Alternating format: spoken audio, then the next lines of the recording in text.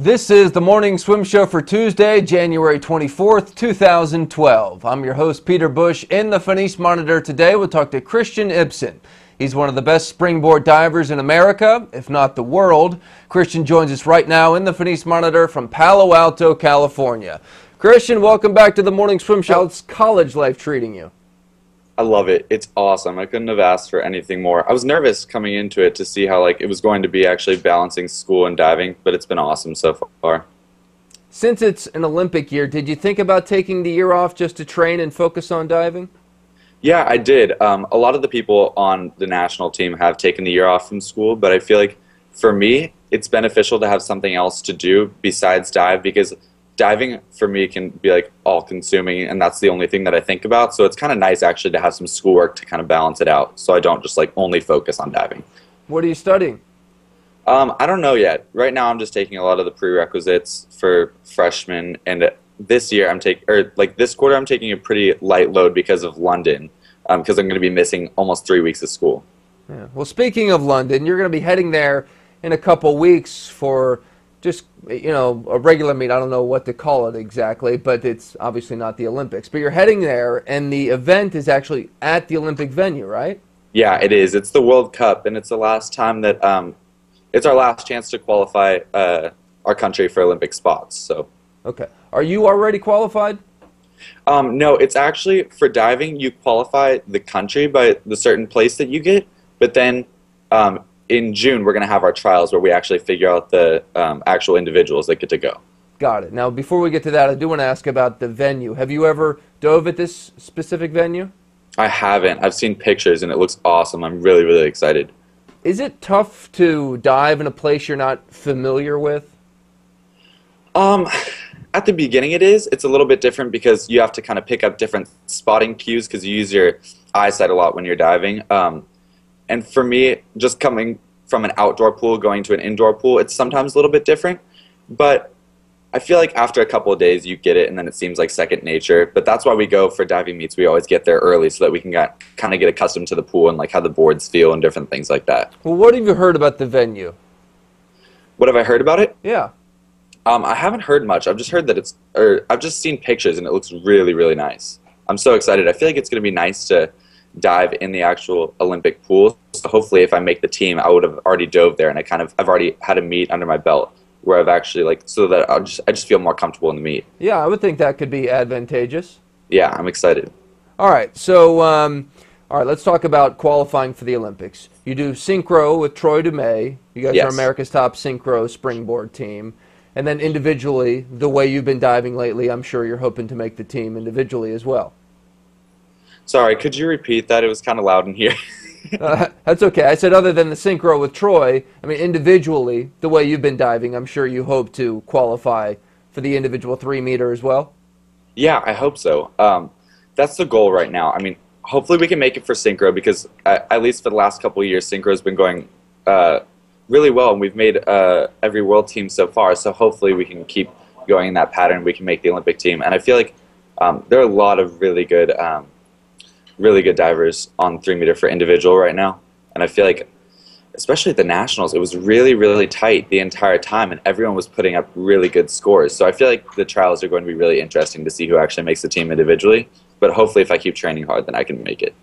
What is something that you're better at today than you were a year or two ago when you really started becoming that household name in diving?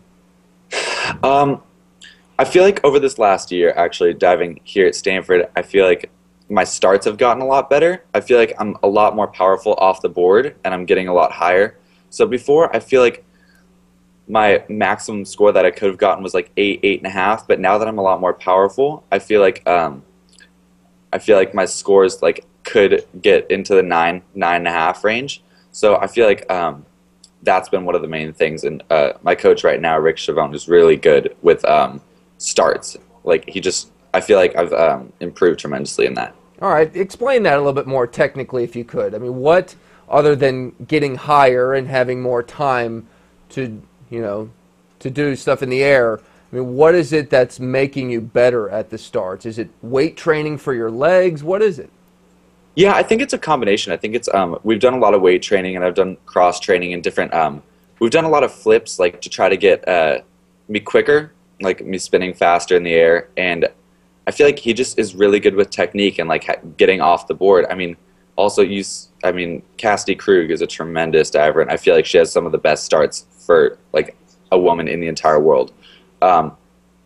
So that's what I was really excited to come here and train with him, because he's just really, really good with technique and getting me to spin fast. So I'm really happy. I feel like I've made some good changes here. Have you worked on any new dives, or is there one that is kind of going to be the ace up your sleeve for trials? Yeah, actually, well, at least for the college meets, I've changed my 1 meter list around completely. I had 4 new dives at this at the meet last weekend, and I feel like doing a lot of harder 1 meter dives is just helping me for 3 meter. But for actual 3 meter dives, the dive that I'm thinking about doing at the trials, actually I have 2 that I'm thinking about doing at the trials. I'm planning on doing triple out, which is a front 2.5 with 3 twists. And I was doing it in the summer, but then my back was kind of bothering me, so I've taken some time off from doing that. And I'm also planning on doing a reverse 2.5 with 2.5 twists. So 2 big twisters. 2 big twisters. Yeah. You know, diving in college, most of the other great divers around the world, you know, aren't diving in college right now, so they don't have to worry about the 1 meter or the platform. You know, first of all, will you even do the platform or just the springboards? I'm planning on doing platform for some of the bigger college meets, but right now for some of the invitationals and dual meets, I haven't done them just because, especially for this meet coming up, I'm just focusing on World Cup for 3 meter. But I would love to dive platform at NCAAs. I was just going to say, does that mess you up at all? You know, instead of just primarily focusing on the 3 meter, or is it actually a good distraction, like swimming different events? I think it's a good distraction. I feel like from the 1 meter and the platform, you can take different parts of those actual boards and kind of implement them into 3 meter and like just take different parts, because for platform it helps me focus on my entries more, like going in the water cleaner, and then for 1 meter it helps me try to like really push the board down, because some of the 1 meter dives that I'm doing are pretty difficult.